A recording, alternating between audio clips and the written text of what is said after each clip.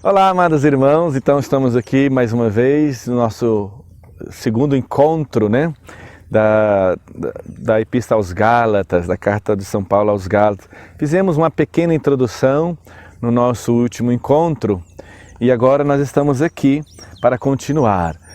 Fizemos aquela introdução falando sobre São Paulo, né, como ele estava. Então São Paulo, a partir agora do versículo 11 do capítulo 1, ele começa, vamos dizer, a justificar o evangelho dele, né? Como estava vendo aquele problema com os judeus convertidos, mas que não queria deixar o judaísmo e achava que todos tinham que ser judeus. Ele continua então assim, a partir do versículo 11. Com efeito, eu vos faço saber, irmãos, que o evangelho por mim anunciado não é segundo o homem, pois eu não o recebi nem aprendi de algum homem, mas por revelação de Jesus Cristo.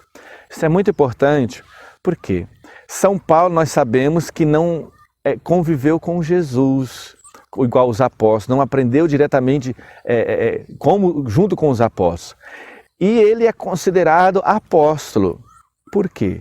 Porque depois da sua experiência, daquela conversão, ele diz, foi-me revelado o Evangelho de maneira sobrenatural.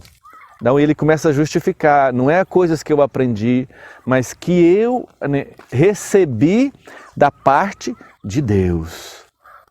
Foi Deus que o revelou para ele. Ele continua, ouviste certamente da minha conduta, ele dá um testemunho agora da conversão dele, da minha conduta de outrora no judaísmo, de como perseguia sobremaneira e devastava a igreja de Deus e como progredia no judaísmo, mais do que muitos compatriotas da minha idade. Quando, porém, aquele que me separou desde o seio materno e me chamou por sua graça, houve por bem revelar-me seu Filho, para que eu o evangelizasse entre os gentios.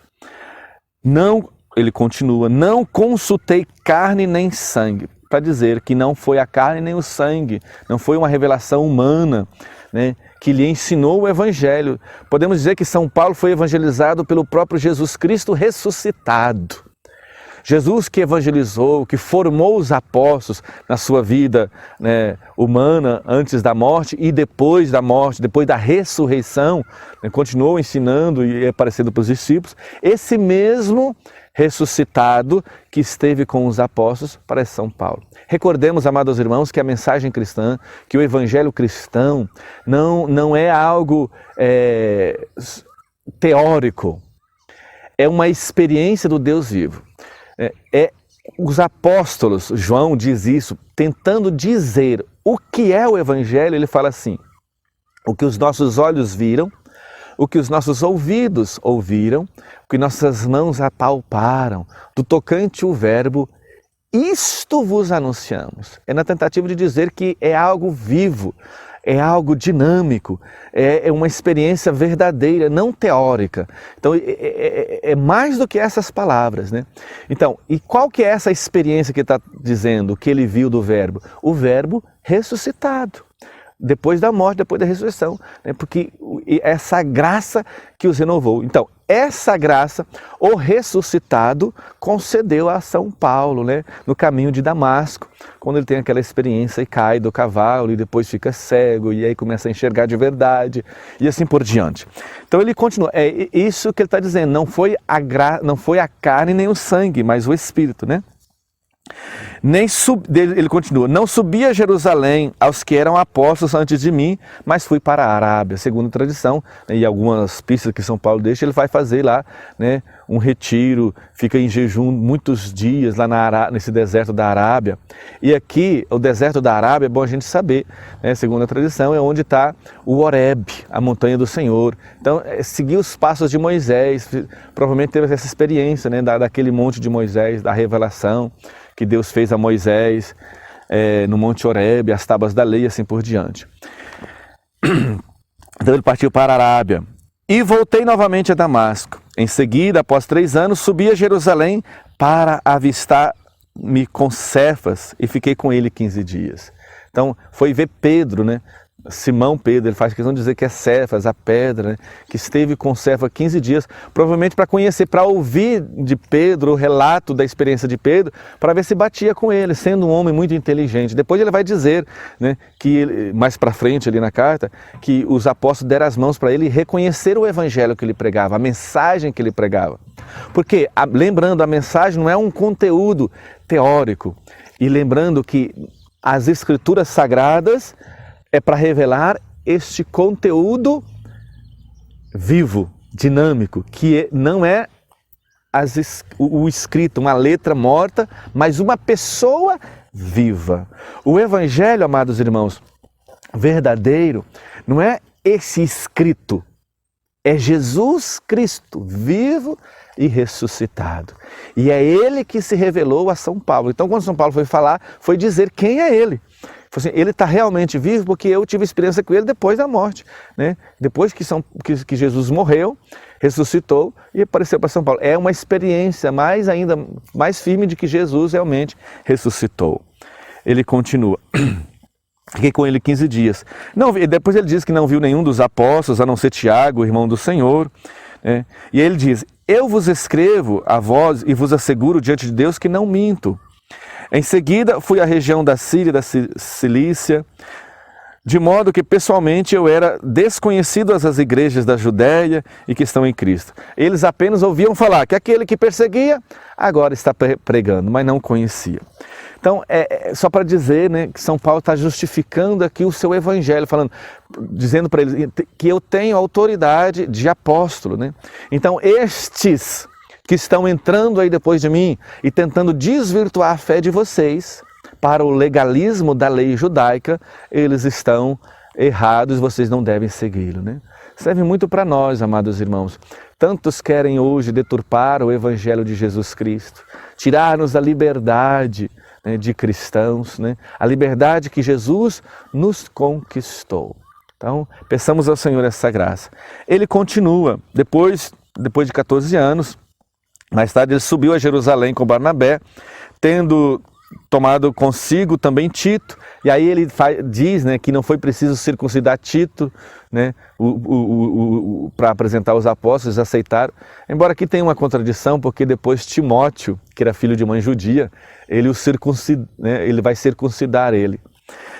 Mas só para dizer aqui, para contradizer os judaizantes, que não precisa da circuncisão, dessa lei legal mosaica mais da lei que é Jesus Cristo. O evangelho que proclamo entre os gentios, né, ele expôs esse evangelho que ele estava pregando aos apóstolos, a fim de não ter corrido, né, em vão, a fim de não correr nem ter corrido em vão. Coisa importante. Então ele vai apresentar a pregação dele, o evangelho dele aos apóstolos, que é às autoridades, né? A Pedro, e ele vai chamar as 3 colunas, né? Pedro, Tiago e João, fala deles, né? E os outros apóstolos ele não teve contato, mas esse sim. E eles deram as mãos, apresentou o que ele pregava. Tão importante a gente, né, estar sob a autoridade da igreja. Mais uma vez aqui, São Paulo, embora humanamente falando, era muito maior que Pedro, se coloca, né, abaixo de Pedro nesse sentido, né? Ou a par de Pedro, dá as mãos. Na verdade, se une, né? Embora depois ele mesmo vai dizer que criticou Pedro, né? Ali mais para frente, quando ele chama a atenção de Pedro, quando antes de chegar os judeus lá em Antioquia, Pedro comia, né, sentava na mesa com os não-judeus. Na mesa dos não-judeus tinha coisas proibidas aos judeus, por exemplo, carne de porco, bacon, que o judeu não comia, né? Porque era um besta, né, gente? Desculpa, vai que tem algum judeu assistindo isso aí, né? Mas assim, não tem problema não, pode deixar. Pedro, provavelmente, foi a primeira vez que lá em Antioquia que Pedro comeu, né? Bacon, talvez, né? E gostou, né? Porém, quando chega uma turma dos judaizantes, Pedro, com medo, vai sentar na outra mesa. E aí Paulo chama a atenção dele, né? Chama ele porque e a liberdade que nós temos, né? Não podemos nos submeter a esses judaizantes, né? Só para dizer isso, né? Então ele continua aqui. Mas por causa, né, Mas por causa dos intrusos, falando dos judaizantes, né? Esses falsos irmãos que se infiltraram para espiar a liberdade que temos em Cristo Jesus, a fim de nos reduzir à escravidão, aos quais não cedemos sequer um instante, por deferência, para que a verdade do Evangelho permaneça em vós. E por parte dos que eram tidos por notáveis, esses notáveis, mais uma vez, aqueles 3 colunas, né? De qualquer forma, os notáveis, né? O que na realidade eles fossem não nos interessam. De qualquer forma, os notáveis nada me acrescentaram, né, daquele evangelho que eles apresentou. Pelo contrário, vendo que a mim fora confiado o evangelho dos incircuncisos e Pedro aos circuncisos, né, aos judeus. Pois aquele que operava em Pedro para a missão dos circuncisos ou dos judeus, operou também em mim em favor dos gentios, dos pagãos. E conhecendo a graça em mim concedida, Tiago, Cefas e João, os notáveis, tidos como colunas da igreja, estenderam-nos a mão, a mim e a Barnabé, em sinal de comunhão. Nós pregaríamos aos gentios, aos pagãos, e eles aos judeus, aos circuncisos. Nós só nos devíamos lembrar dos pobres, o que, aliás, tenho procurado fazer com solicitude. Essa era a recomendação, né? Se abster e lembrar dos pobres, que sempre os queridos, né, da igreja, né, os mais necessitados, os pobres, viúvas, aqueles que são mais sofridos, mais desamparados, né, precisa da nossa atenção, da nossa caridade. Então, reconhecer, então, aqui, gente, tem esse mistério de Deus, que Paulo, então, ia pregar para os pagãos e Pedro, de modo geral, para os judeus. E aqui tem uma lógica de Deus que não é lógica realmente humana. Porque Pedro era um analfabeto pescador. Paulo era rabino, mestre e doutor da lei. Paulo tinha estudado na escola de Gamaliel. A escola de Gamaliel naquela época era considerada uma espécie de Harvard no nosso tempo. Era a mais importante escola que existia dos judeus, judaica. Na nossa lógica humana, quem que deveria pregar para os judeus que conhece tudo de teologia, que conhecia tudo, né, toda a lei? Deveria ser o doutor da lei. Né? Nós iríamos, não, Paulo, você vai ficar aqui e pregar para os judeus e convencer eles, porque você é o especialista, você é o doutor, você é o cara, o teólogo. E Pedro, que é analfabeto, pescador, vai pregar para os pagãos, porque eles não conhecem nada de teologia, não tem esse conhecimento. Não é assim que a gente pensaria? E Deus fez o contrário. O doutor em teologia e lei foi pregar para a gente simples, para os pagãos, que não conheciam nada de teologia. Pedro, com seu discurso, assim, até meio de palavras carente, né? A sua gramática pobre, foi pregar para os doutores em lei. Por quê? Porque Deus quer mostrar o poder dele, não a sabedoria humana.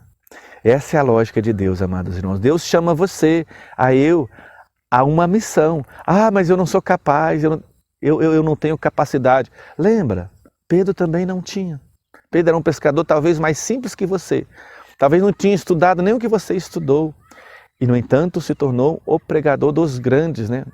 E Deus às vezes faz isso, né? Chama alguns semi-analfabetos para pregar para gente grande, né? Não tem muita gramática e mesmo assim a graça os alcança. Por quê? Não são as minhas palavras, não é a minha gramática, não é a minha retórica, mas é a graça de Cristo.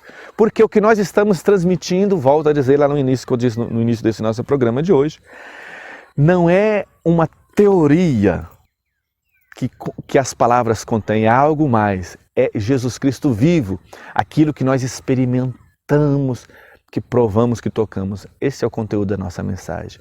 Né? Por isso que São Paulo diz que não foi com o poder da retórica, que não foi o poder da sabedoria humana, mas, né, através da graça de Deus. Que Deus possa tocar a você no seu coração nesse dia. E eu convido a você, terminando isso, eu convido a você, amados irmãos, a ler, né, para essa semana, né? Eu esqueci de dizer isso no último encontro, mas leia essa semana a carta de São Paulo aos Gálatas, né? São só 6 capítulos, leia.